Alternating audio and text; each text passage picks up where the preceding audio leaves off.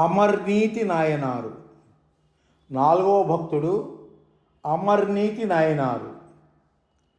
చోళదేశమందలి పళియారను నగరం ఒకప్పుడు ఉచ్చస్థితిలో ఉండెను. అప్పుడు అమర్నీతి నాయనారను వైశ్య శ్రేష్ఠుడుండెను. అతడు బంగారము, ముత్యములు, రత్నములు, విలువైన దుస్తులు దేశపు నలుమూలల నుండి తెప్పించి విక్రయించువాడు. అతడు గొప్ప శివభక్తుడు. భక్తులకు భోజనము పెట్టెడివాడు. వారికి వలయు వస్త్రాదులు ఇచ్చి ఆతిథ్యమునిచ్చెడివాడు. అతడు తిరునల్లూరులోని శివాలయమును దర్శించు భక్త బృందములకు భోజనము పెట్టుటకు మఠమును గట్టించి అమితానందమును పొందెను. ఒక దినము శివుడు ఆ భక్తుని కీర్తిని ప్రపంచమున చాటుటకు ఒక బ్రహ్మచారి వేషమున ధరించి వచ్చెను. అతడు జింక చర్మపు ముక్కలు కట్టి ఉన్న తెల్లని యజ్ఞోపవేతము, కుడి చేతి ఉంగరపు వ్రేలికి పచ్చ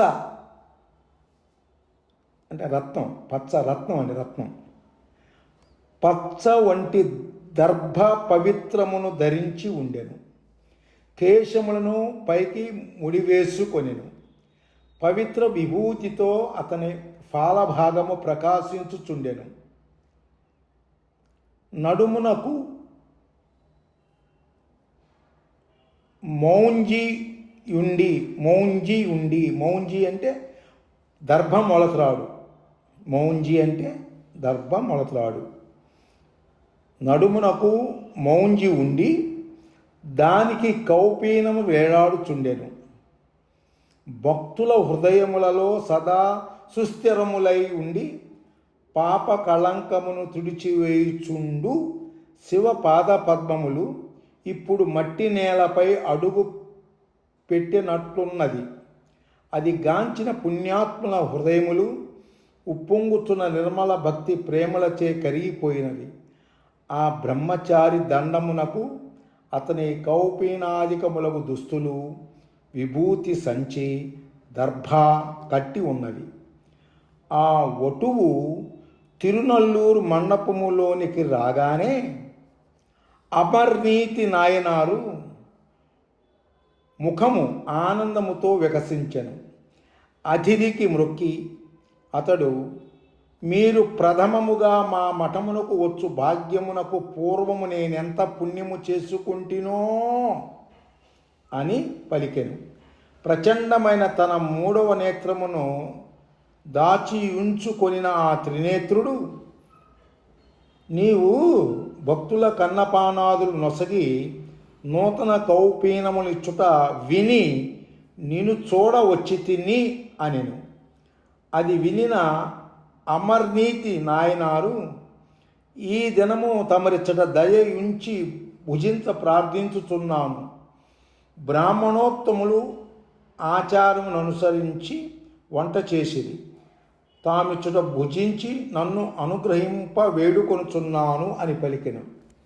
అంతా బ్రాహ్మణుడు, సరే, పవిత్ర కావేరీలో స్నానం చేసి వత్తును. నా దండమున కట్టిన కౌపీనమును తీసి నీకిచ్చుచున్నాను. తీసుకొని దానిని నీవు భద్రపరుచుము. వర్షం వచ్చినను దానిని నేను ధరించుటకు వీలుగా ఆరవేసి ఉంచుము. దానిని నిరసించకు. దాని మహిమను నీకు నేను వేరుగా చెప్పనక్కర్లేదు అనెను. నిష్కపటి అయిన అమర్నీతి నాయనారు ఆ వస్త్రమును భక్తి గౌరవములతో స్వీకరించి అతిథిని త్వరగా తిరిగి రమ్మని కోరెను. వస్త్రమును తన వస్త్ర భాండారములో కలుపక వేరుగా భద్రపరిచెను. స్నానమునకు వెళ్ళిన బ్రహ్మచారి వెంటనే తడిసి వచ్చెను. అతడు కావేరీలో స్నానము చేసిన లేక తన జటాజూటమునున్న గంగలోన లేక హఠాత్తుగా వచ్చిన వర్షములోన, ఎట్లయిననేమి అతిథి నిర్మల భక్తి జలములతో మరొకసారి అతడు స్నానమాడదలంచెను. తాను ధరించిన తడిసిన 2 కౌపీనములను చూసి నాయనారు వద్ద ఉంచిన దాని నిమ్మనెను. కానీ ఆ వస్త్రము కనిపించలేదు. ఓహో, పరమశివుడే చోరుడు. అమర్నీతి నాయనారు అతని బంధువులను ఆశ్చర్యము నొందిరి. అతిథి కౌపీనము కానరానందున నాయనారునకేమీయూ తోచలేదు. అతడు నిలబడలేకుండెను. తన వద్దనున్న ఒక క్రొత్త కౌపీనమును తీసుకొని వచ్చి అతడు, స్వామి, తమ వస్త్రము ఎటులనో మాయమైనది. నా తప్పిదమును మన్నించి మగ్గమున నేసిన దీన్ని స్వీకరింపుడని ప్రార్థించెను.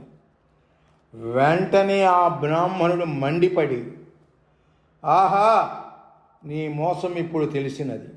అమూల్యమైన నా కౌపీనము నపహరించుటకు నీవు చాలా కాలముగా యుక్తి పన్ని ఉన్నావు. అందులకేనా నీవు భక్తులందరికీ నూతన వస్త్రములు నిచ్చుచున్నావు? నేను అందులకు ఆకర్షుడైతిని. నిజముగా నీవు మంచి వ్యాపారివే అనెను. అమర్నీతి నాయనారు ముఖము వాడిపోయెను. అతడు తన అమాయకత్వమును తెలిపి, అల్పుడను, నేను చేసిన తప్పును మన్నింపుడు అని వేడుకొనెను. ఆ నష్టపరిహారమునకు అతడెట్లు కోరినట్లు చేయుదుననెను. దానికి పరమశివుడు శాంత చిత్తుడైనట్లు కనపడి దయతో అంగీకరించెను. అప్పుడు ఆ బ్రాహ్మణుడు తన దండమునకున్న మరొక కౌపీనమును విప్పి, పోయిన దానికిది అన్ని విధములా సరైనది.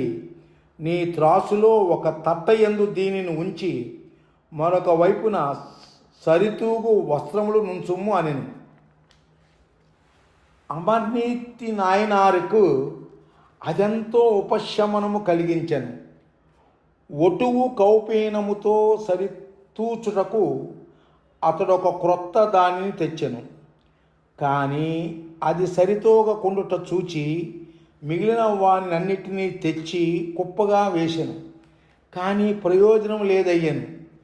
అతడు ఆశ్చర్యపడి గుడ్డలు, మోపులను, వెండి బంగారములను, రత్నాదులన్నిటినీ తెచ్చిపోసెను.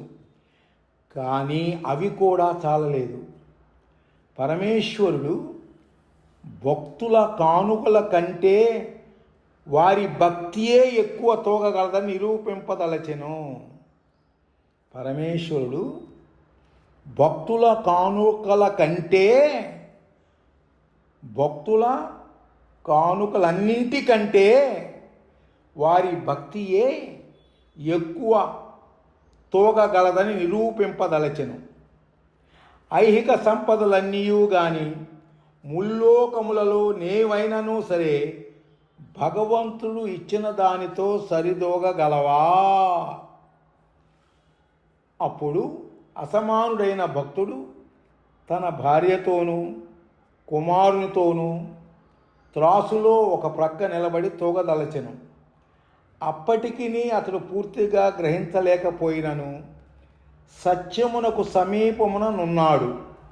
తన ప్రతిపాదన అంగీకారము కాగానే అమర్నీతి నాయనారు తల వంచి అతిథికి మొక్కి త్రాసునకు భార్యాపుత్రులతో ప్రదక్షిణము చేసి తిరునల్లూరు గుడిలోని పరమశివుని పాదపద్మముల యందు ధ్యానము నుంచి పంచాక్షరిని పఠించుచు త్రాసు నెక్కెను. అంత అమర్నీతి నాయనారు శివభక్తులకు నేనే విధమైన అపరాధము గావించని వాడనైనా ఈ త్రాసు సరితూగుగాక అని ప్రకటించాను. అటులనే జరిగెను. నేను నాది అనుభావమును పూర్తిగా భగవంతుని కల్పించిన తరువాతనే వారి అనుగ్రహముచే త్రాసు సరిగా నిలబడిను. ఆ విచిత్రమును చూచిన వారందరూ అమర్నీతి నాయనారును కొనియాడిరి. దేవతలు పైనుండి పుష్పవర్షము కురిపించిరి.